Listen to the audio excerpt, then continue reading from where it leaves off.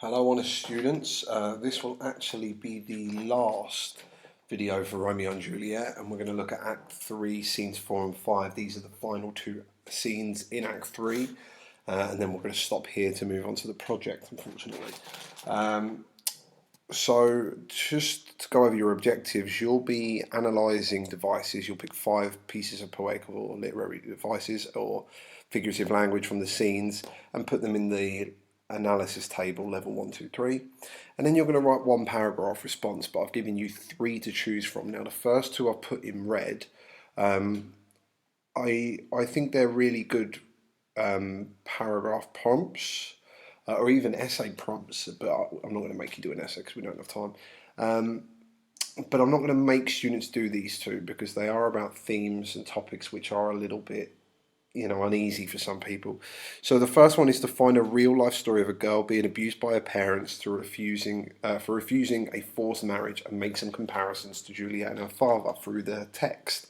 So you're going to have to go on Google and find a real case of this. I've already had a look, and there are many to choose from, so you can do that. Another one you can do, instead of an individual case study, one real life person compared to Romeo and Juliet, is you can look at the larger picture, so you can find statistics and real data for parental abuse related to forced marriage, and then use that data to connect it to Romeo and Juliet, Romeo and her father, sorry, again using the text. And if you want to do these and you want extra help, please reach out to me and I'll give you that. And then a final one is just looking at the text. So this one only looks at the play. You don't have to go and look at real life examples, and all you have to do is make a comparison between Lord Capulet in Act 1 Scene 2 and Act 3 Scene 5.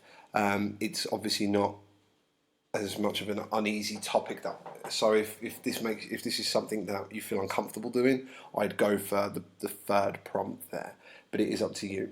So we'll start Act 3 Scene 4. It's really quick, so it should only take me a minute or so to do this. We begin with Lord and Lady Capulet and Paris in the Capulet house. And Lord Capulet begins by saying, "Things have fallen out, sir, so unluckily that we have had no time to move our daughter. Look you, she loved her kinsman Tybalt dearly, and so did I. Well, we were born to die. 'Tis very late, she'll not come down tonight. I promise you before your company I would have been in bed an hour ago." So what she's saying here, things have turned out really unlucky, that we have had no time to move our daughter in, or like to get her to marry you, to persuade our daughter to marry you. She really loved Tybalt, her cousin. So did I. Although we're all born to die, so a bit of an obvious observation there. And he says, "'Tis very late, so she's not going to come down tonight. But I promise you, if not for your company, I would have been in bed an hour ago." So it's getting really, really late. And Paris says, "These times of woe afford no time to woo." So basically, these times of sadness because of Tybalt dying give me no time to flirt with her. "Madame, good night. Commend me to your daughter." So, say nice things and give my regards to Juliet, please. And he says that to Lady Capulet. And Lady Capulet responds, "I will, and know her mind early tomorrow. Tonight she's mewed up to her heaviness, so I'll know what she thinks tomorrow." But unfortunately tonight she is pulled down. She's given up to the sadness, basically. She's given up to the heavy sadness. And Lord Capulet says, "Sir Paris, I will make a desperate tender of my child's love. I think she will be ruled in all respects by me. Nay more, I doubt it not. Wife, go you to her ere you go to bed. Acquaint her here of my son Paris's love, and bid her mark you me on Wednesday next." But soft, what day is this? Monday, my lord. Anyway, so what she's saying is he says to Paris, "I'm going to make you a bold offer. My offer is my child's love. I think she will be ruled in all respects by me, so she will do as she's told. Nay more, I doubt it not. She'll do more than what she's told. Wife, go to her before you go to bed and tell her basically of my son-in-law," very presumptuous, he's already made that decision, "tell her of my son-in-law's love, and bid her," and he stops, he says, "Are you even listening to me? On Wednesday next, but soft day is this one, my lord." Anyway, so this is a real stark contradiction to Act 1 Scene 2, where you remember he said, to Paris. She needs to choose you. She's the only child. All my other kids are dead. I love her so much, and she should be the one to choose you. You must woo her, gentle Paris, and she will decide. And now he's saying, actually, she'll be ruled by me. She'll do as I say, no more. And it's a bit of dramatic irony because we actually know that she won't. So the audience knows more than the characters. That is dramatic irony. Because we know full well she's not going to marry Paris. She, in fact, kills herself. And he says, yeah, what day is this? Monday, my lord. Monday, haha. Well, again, that's not laughing. Well, Wednesday is too soon. Oh, Thursday, let it be. Oh, Thursday, tell her she shall be married to this noble earl. An earl is a position, would have been a position in sort of Elizabethan England. He says to him, will you be ready? Do you like this haste? Are you going to be ready for Thursday where you're going to marry her? Do you like this quick speed? Will keep no great ado, a friend or two. For hark you, Tybalt being slain so late, it may be thought we held him carelessly, being our kinsman, if we revel much. Therefore we'll have half a dozen friends. And there an end, but what you say to Thursday. So we'll move this on really quickly, but we're not going to have a big ceremony or a big wedding. It's got to just be a couple of people because Tybalt's been killed, and if we have a big party, it looks like we don't really care about our family. So just half a dozen friends. And what do you say Thursday? My lord, I would that Thursday were tomorrow, so I wish it was Thursday tomorrow. Well, get you gone, O Thursday be it then, to her. So he sends this to Lady Capulet. Go you to Juliet, you go to bed, prepare her wife against this wedding day. Farewell, my lord. And then he says to his servant, like to my chamber, ho.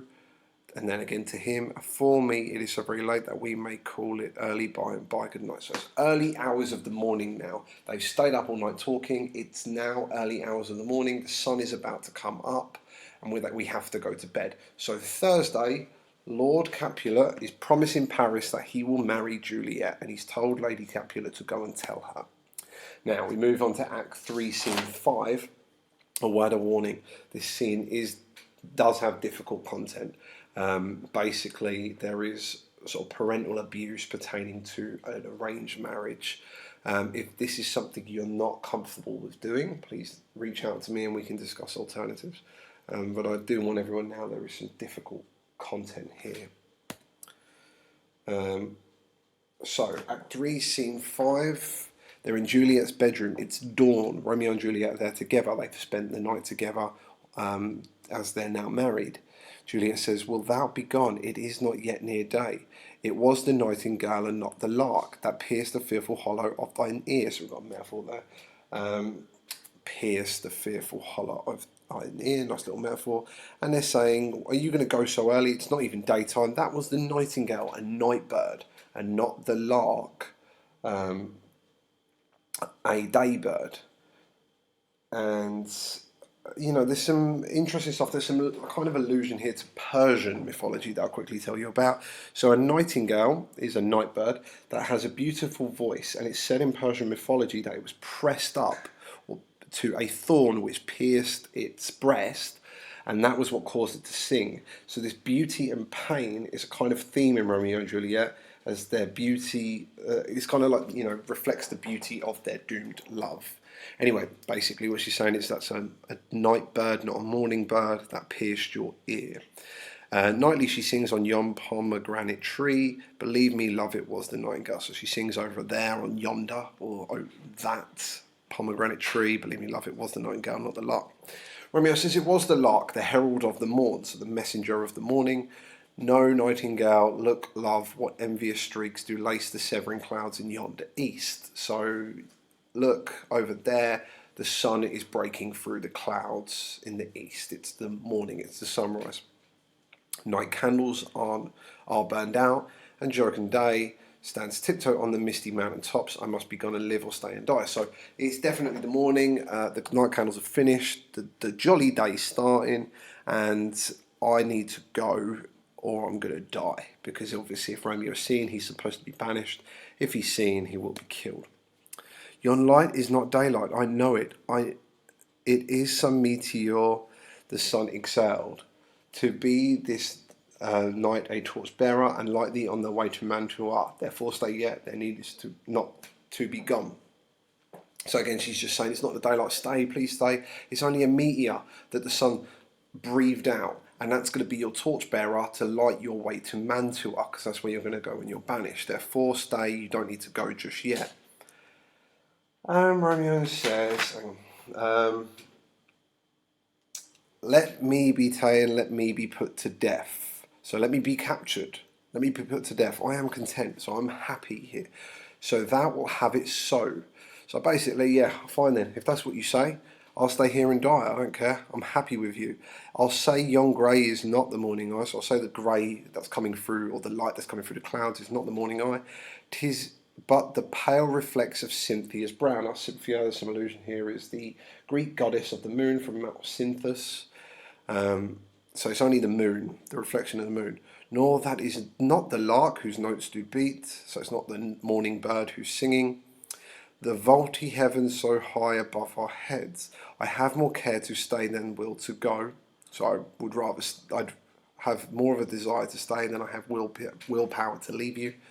Come, death, and welcome. Juliet wills it so. So, you know, I accept death, I accept the punishment. Juliet wants me to stay. How is my soul? Let's talk, it's not day. Juliet, realising it is actually the morning, says, it is, hie hence, be gone away. It is the larks that sing so out of tune, straining harsh discords and unpleasing sharps. Some say the lark makes sweet division. This doth not so, for she divideth us. So basically she's saying the lark, which is known to have a really beautiful singing voice and sound, sings out of tune. She doesn't like it. Straining harsh discords and unpleasing sharps. There's some imagery there. Gives you this idea of horrible music. Some say the lark makes sweet division. So some say that the lark has sweet music. This doth not so. So this isn't true. For she divideth us. She separates us, splits us apart. Some say the lark and loathed toad changed eyes. Now this is actually from an Elizabethan folktale where a lark and a toad swapped eyes. Oh, now I would they changed voices too, since arm from arm that death doth us affray, hunting thee hence with hunts up to the day. So I wish they would change. I wish the lark and the toad, which change eyes, would actually change voices, and because that morning songs tears us from each other's arms. Hunters are waking up because it's morning, are now become more light, and light it grows. More light and light, more dark and dark our woe. So the lighter it grows, the sadder we are. The nurse enters. She says, Madam, nurse, your lady mother is coming to your chamber. So your mum's coming to your bedroom. The day is broke, be wary, look about. So it's morning, your mum's coming, be careful.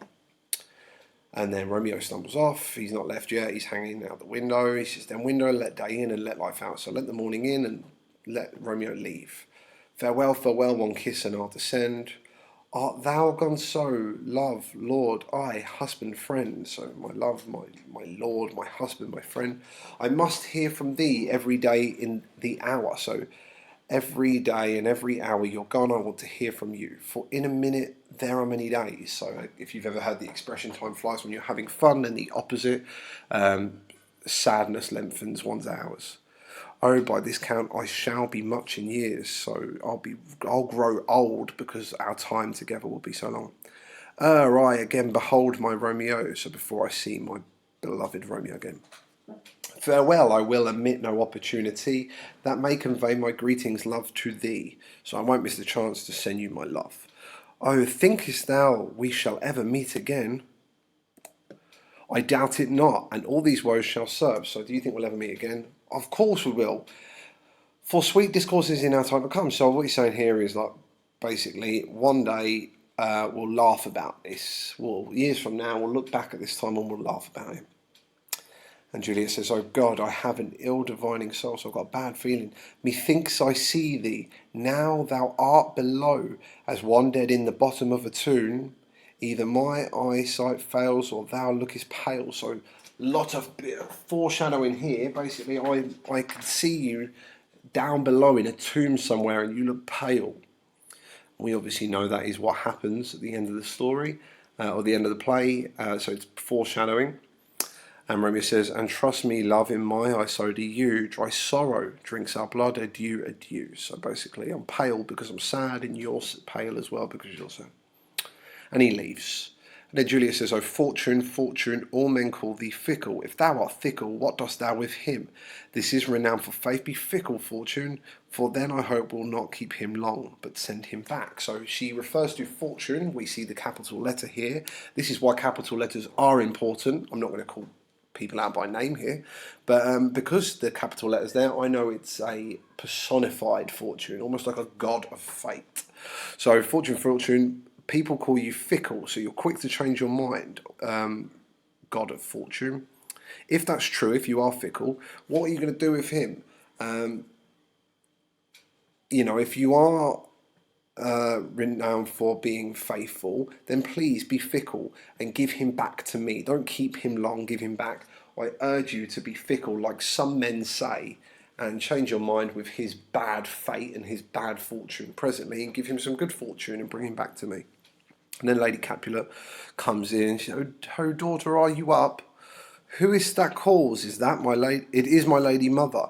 Is she not down so late or up so early? So is she still awake, or has she just woken up at this hour, or has she not gone to bed yet? What accustomed causes procures her hither? So what unusual event brings her here?"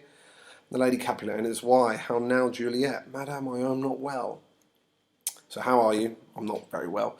Evermore weeping for your cousin's death. What wilt thou wash him from his grave with tears?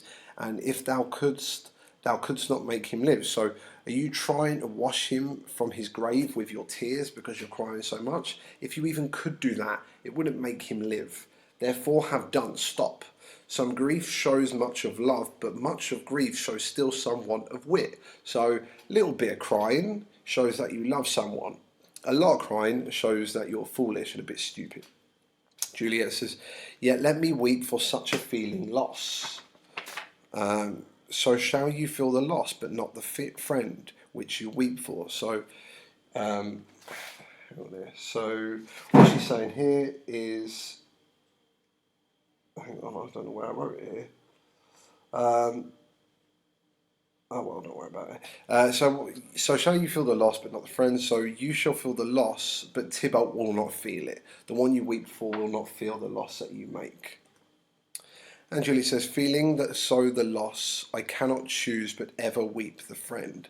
So I'll forever weep this person. And Lady Capulet says, well, girl, thou weepest not so much for his death as the villain lives which slaughtered him. Now, obviously, she is referring to Romeo here.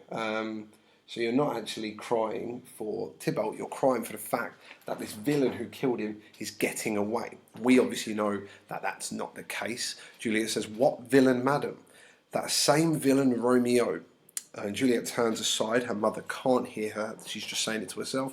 She says, villain, and he be many miles asunder. So he's a long way from being a villain. Obviously, again, the audience knows what's really happening.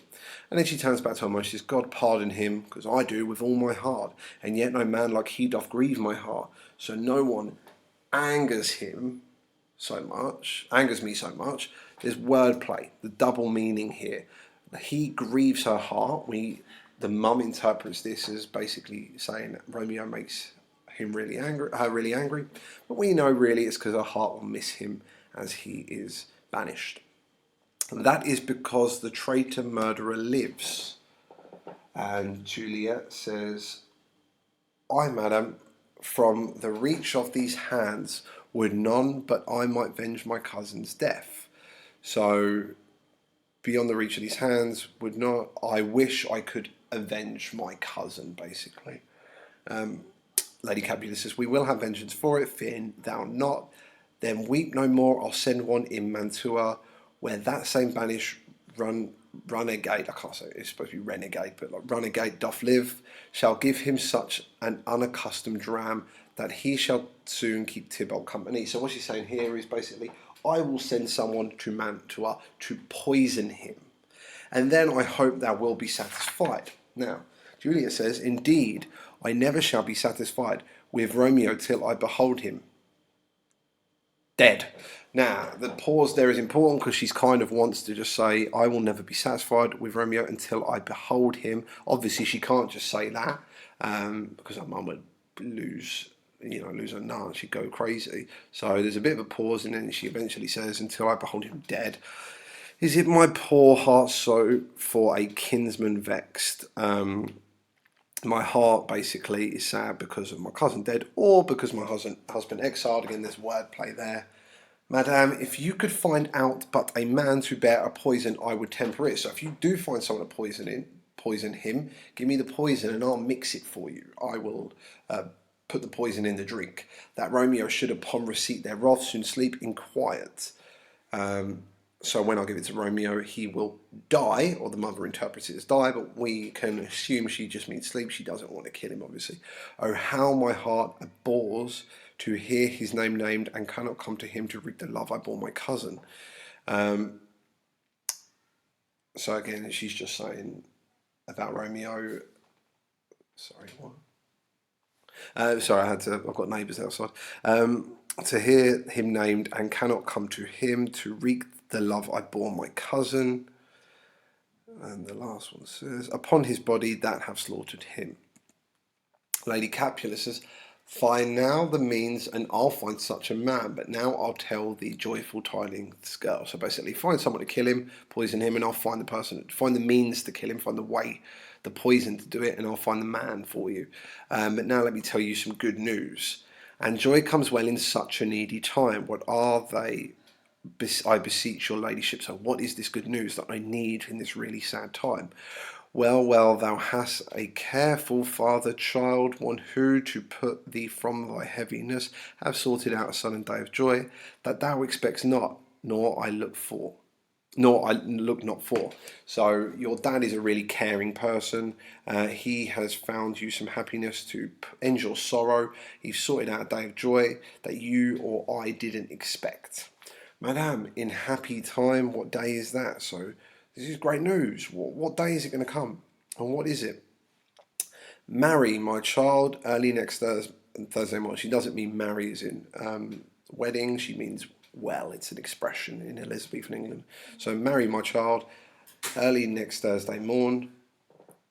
The gallant young and noble gentleman, the county Paris at St. Peter's Church, shall make thee there a joyful bride. So basically, you're going to marry Paris. He's going to make you a happy bride on Thursday at St. Peter's Church. Now by St. Peter's Church and Peter too, he shall not make me there a joyful bride. I wonder at this haste that I must wed. He that should be my husband comes to woo. So I will not marry him. No way. What's with all this quickness? What's with the speed? I'm shocked at all of this, because he's not even come to woo me. He's not even been to flirt with me. This is out of the blue. I pray you, tell my lord father, madam, I will not marry yet, and when I do, I swear, it shall be Romeo, whom you know I hate rather than Paris. These are news indeed. So she's saying, I'm not marrying yet. There is absolutely no way. I'd rather marry Romeo, who you know I hate. Bit of a joke there, because we all know she is married to Romeo. And Lady Capulet says, here comes your father, tell him so yourself, and see how he will take it at your hand. So in modern day language, this would be like, you tell your dad, I'm not being the one to tell him. And Lord Capulet comes in. He says, when the sun sets, the air doth drizzle dew, but for the sunset of my brother's son, it rains down right. So basically, we're talking about sadness here. It's a metaphor for sadness. The day my son died, it's brought sadness. How now a conduit girl? So basically, she is a conduit, or a vessel or a container for this rain, this downright rain. And she's a vessel or a container for the tears. What's still in tears? So he's calling her a fountain. Evermore showering in one little body, thou counterfeits a bark, a sea, a wind. For still thy eyes, which I may call the sea, do ebb and flow with tears. So he's calling her a boat here, that if she keeps, she's rocking a boat. The tears are rocking a boat, and if she continues to cry and do this, she's going to do herself damage. So she needs to stop now. The bark is thy body is sailing in this flood. So yeah, these tears are ruining your body. The winds thy sighs who raging with thy tears, and they with them. Without a sudden calm will overset the tempest-tossed body. So yeah, you're just doing yourself some damage. All this crying as like a storm is ruining your body. How now, wife? Have you delivered to her our decree? Now, decree is obviously a royal word. You have royal decree, and I wonder if that was done deliberately, because it makes them seem, it's a royal order. It's not democratic in sorts. It's not something they would vote for. It's a royal order which she must obey like a faithful citizen. Lady Capulet says, I sir, but she will none. She gives you thanks. I would the fool were married to her grave. So Lady Capulet is saying, I wish the fool were married to her grave. I wish she was dead. Because Juliet says no. So Lady Capulet says, I wish Juliet was dead. And Lord Capulet says, soft, take me with you, wife. So explain this to me. What's going on? How? Will she none? Doth she not give us thanks? Is she not proud? Doth she not count her blessed? Unworthy as she is, that she have wrought, so worthy a gentleman to be her bridegroom. So how dare she do this? Is she not thankful? Is she not proud? Is she not happy? Does she not count herself blessed that we've arranged this marriage to such a nice husband? How dare she? Juliet says, not proud you have, but thankful you have. Proud I can never be of what I hate. And that's married to Paris. But thankful even for the hate that is meant love. So I'm thankful that you did it out of love, but I do not want to marry Paris. How? Chopped logic. What is this? So you're speaking in riddles. Hate and love. So proud, and I thank you not, and yet not proud. Mistress minion you, so you spoilt little brat. Thank me no thankings, nor proud me no prouds, but fettle your fine joints against Thursday next. So prepare yourself for Thursday to go with Paris to St. Peter's Church, or I will drag thee on a hurdle thither. Now, basically, we're saying here is like, you will do as you are told. You will go there next Thursday, or I will drag you on a hurdle thither. Now, a hurdle is this, in Elizabethan England, is this little piece of wood here that criminals would actually be traitors to the church or traitors to the monarch would be dragged on in the street. So he uses that to say, I'll drag you there. And obviously people could throw stuff at this. It'd be a punishment. It would tear their skin. So I will drag thee on a hurdle thither. Out, you green sickness carrion. Out, you baggage. So he's saying, like, out, you horrible woman, basically. And out, you baggage. Now, I like the word baggage here because obviously baggage can mean that he has to carry her. She weighs on him, but it can also mean like an accessory, like she's been dehumanized to someone she's just someone to him who's an accessory to flout around with to promote their family name. Now, what he's saying to her here, and in the next bit he speaks, middle upper class people of Elizabethan society, so the rich people in the society, would actually have agreed with him. They would have been shocked that she outed out of turn, and they would have really thought he was doing the right thing here. Her father's response was normal. However, the working class would have likely sided with Juliet because they married for love. They had no wealth or no possessions to pass on, no land, and therefore they wouldn't organise a union based out of anything but love. So there would have been this in the Globe Theatre itself in Elizabethan England. Even the audience would have been divided. The rich would have been on Lord Capulet's side, and the poor would have been on Juliet's side. But when we think about modern, especially Western audiences today, they'd be shocked at the parents' response here. Lady Capulet saying that she wishes she were dead for not agreeing to a marriage, or Lord Capulet and his response here that he'll carry her there on a hurdle and out, you baggage, getting her to get out of the house. And in a bit he'll actually threaten that he wants to hit her. But even like 50 years ago, I don't know if they would have been on his side so much. So even in 50 years, the threat of hitting a child wouldn't have been that much of a big deal. But today especially, it would be a huge deal to threat to hit your child. Audiences would be disgusted today. And then Lady Capulet says, "What, are you mad? Shame on you," basically. Juliet says, "Good father, I beseech you on my knees, here with patience but to speak a word." Capulet says, "Hang thee, young baggage, disobedient wretch. I tell thee what, get thee to church on Thursday, or never after look me in the face. So after this, don't ever look at me. Speak not, reply not, do not answer me. My fingers itch, I want to hit you. I will hit you in the head.